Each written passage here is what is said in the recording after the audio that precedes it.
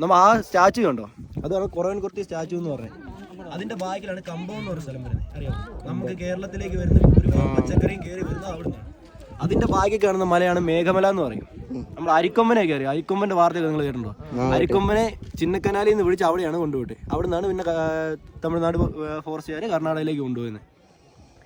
പിന്നെ എന്ന് പറഞ്ഞു കഴിഞ്ഞാൽ നിങ്ങൾക്ക് എന്താ പറഞ്ഞാൽ എന്നിട്ട് ആ സ്ഥലം കണ്ടോ, അവിടെ വെള്ളം ഒരു ആക്രി പോലെ കൂട്ടിയിട്ടേക്കുന്നത്. അത് കൂട്ടിയിട്ടേക്കുന്നത് ആക്രി അല്ലത്, അത് ഓരോ സ്ഥലങ്ങളാണ്. ഇവർ താമസിക്കുന്ന ഓരോ സ്ഥലങ്ങളാണ്. ഇവർ കൂട്ടം കൂടി താമസിക്കുകയും പലയിടത്തായിട്ടാണ് ഇവർ കൃഷി ചെയ്യുകയും ചെയ്യുന്നത്.